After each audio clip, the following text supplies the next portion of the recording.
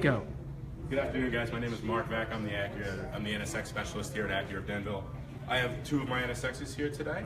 I want to go over the red one a little bit more in depth, but I did just want to quickly show you the black one that I have here. They are pretty much the same build. Again, I'm going to go into a lot more of what is on the cars, but the only difference between this one and that one is that this one has, obviously it's a different color, it's black. This one has a different set of wheels on it. These are our interwoven wheels. All right, and then they kind of contrast each other. That one's red with a black interior. This one's black with a red interior. All right, so that's really the only differences between these two particular cars. But getting more onto this one, you can see we have our jewel eye LED headlights, which is very indicative of an Acura, I guess you could say. And this car is finished, the color is called Curva Red, and it has an ebony interior, which we'll get to. First thing I kind of want to touch on is the wheel choice on this car. These are the Y-spoke wheels. The reason you want to get these wheels over those, other than these just looking nicer in my opinion, these are the wheels you're going to want to have if you want to track the vehicle, which is definitely going to be something you want to do with this car. It is very powerful. I'm going to explain that to you in a second, but I kind of want to take you through the curves of the car. It's very, very aerodynamic. The whole car was designed to be the most aerodynamic luxury sports car on the market. I'm going to take you through the air flow in a second. I do kind of want to just get you to the engine because it's the most important part of the car. They are all numbered cars. As you can see, this one's number 792. All right, they're all made at the Performance Manufacturing Center in Marysville, Ohio. It's right next to the Honda plant. I got to see it. I got to drive past it when I went to drive this car at the racetrack. Now the motor, it's a 3.5 liter twin turbo V6. Makes 500 horsepower. The beauty of the car is that it also has three other motors. It has an electric motor that sits directly below the cabin of the car. And then I'm going to take you back up here because I want to show you there are two more electric motors mounted at each front wheel. Okay? Can't see the motors, but they are both here. As you can see, cargo space is minimal in the car, but you don't really need too much, I guess. The total system output of the vehicle is 571 horsepower. It'll do 0 to 60 in around 3 seconds. Some have been tested at 2.9, some have been tested at 3.2. But either way, it's one of the fastest cars to 60 miles an hour on the road right now. And again, I do want to take you through the airflow on the car. Again, a very important part, especially on a twin turbocharged car, because you want to cool off those the entire motor. So I'm going to take you through. You have inlets right here. All right, a lot of air comes in here. You can also see this is an addition to the vehicle. This is our carbon fiber chin spoiler. All right, that's an addition that I put on the car when I ordered it. And I'm going to take you back through here. I kind of want you to get a shot of this slit right here. All right, it's small, but it's very important to the overall engineering of the car. Air is forced through there. Some air is going to come up through here, but the real reason we put that there, or the engineers put that there, is to create a low pressure system over the wheel. Just lessens your, heightens your downforce, I should say, all right? Come down here, I want to highlight this. This is the carbon fiber dorsal spat, kind of, all right?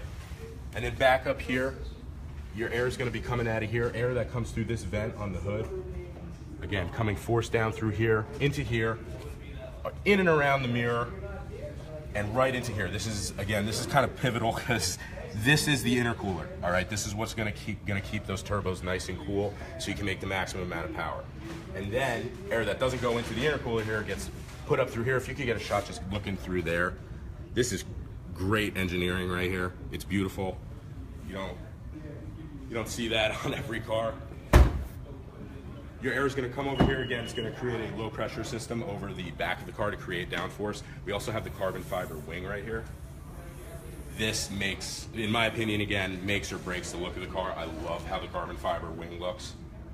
And then if you look under here as well, this is a whole carbon fiber valance. You can see there's some splitters under here. Again, all about air management. You have the nice triple pipe exhaust there. Quadruple pipe exhaust, excuse me. All right, and then we also did a carbon fiber roof on this. As you can see, this is the only carbon fiber piece on the vehicle that's wet. Wet just means it's clear coated, all right? The rest is dry carbon fiber. The reason they do that is to decrease weathering on the carbon fiber. If you put a clear coat on it, it does seem to fade a little bit faster, all right? Now, inside the car, we have more carbon fiber. There's some on the I'm gonna try and wedge myself in here.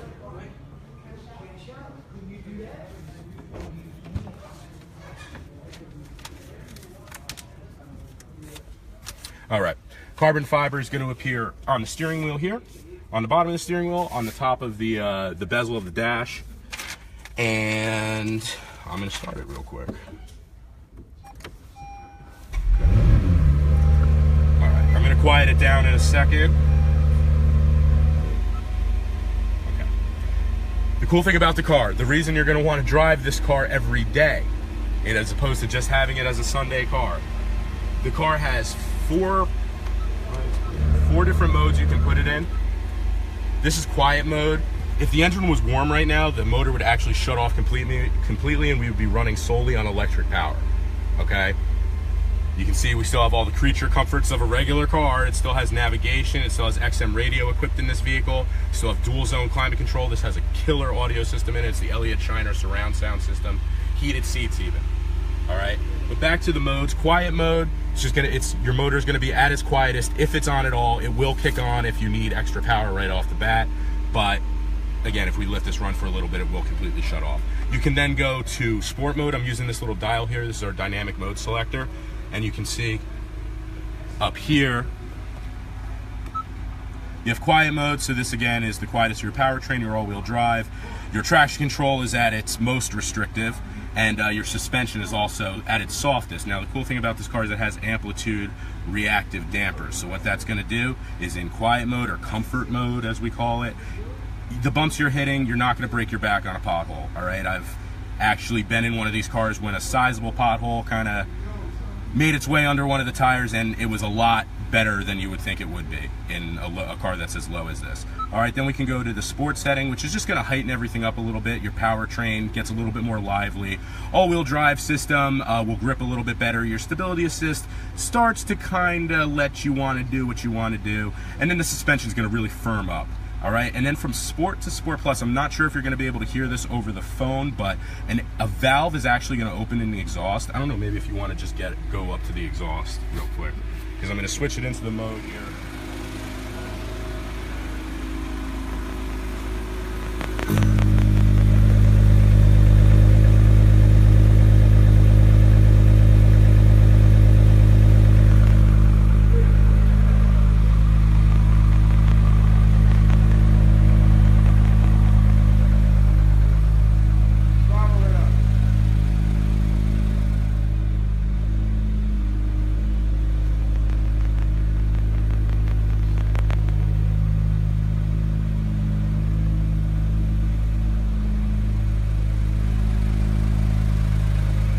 Show them one more thing up here, Chris, if that's okay.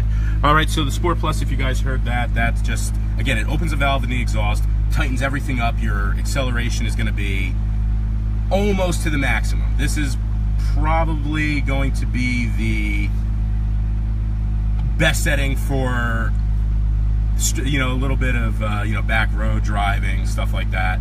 This is going to be where you want to be if you want to have fun in the car on the street. Now, if you're at the track, you want to have some fun at the track, I'm going to hold this to the right, and you'll see we're going to go into track mode. All right, your stability assist is completely off right now. The computer is not going to stop you from spinning this car around, but the all-wheel drive system is so good, I don't think you could. And this is just full-on attack mode for the car. All right, so this is just fully sick, ready to go. All right, I'm going to go back to Sport Plus real quick, because that'll turn, again, it'll turn back on our navigation. If you go to track mode, sorry, I just want to show you this one more time. No Navi, they don't want you to get distracted at all when you're driving this vehicle on the track. All right, I'm gonna go back to Sport Plus mode. And again, there's our navigation. You may find this navigation in the Honda that you drive every day. This is Honda's nav system that we put in this vehicle. It has Apple CarPlay. It's everything you would want in a, you know, your regular daily driver, but you also have a race car. So it's nice. All right, I'm gonna hop out real quick. Let me give this back to Chris. Thank you.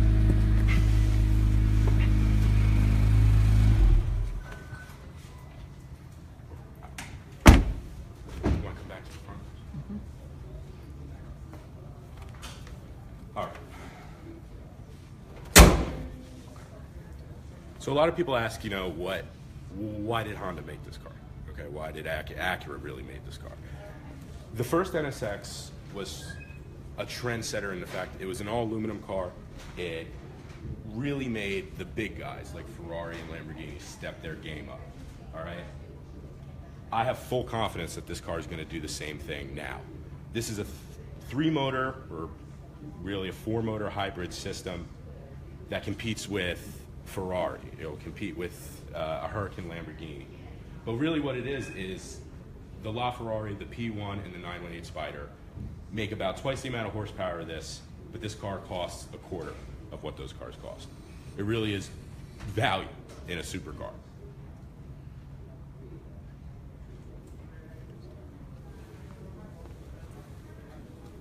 And one other thing I want to show you that I think it's very cool.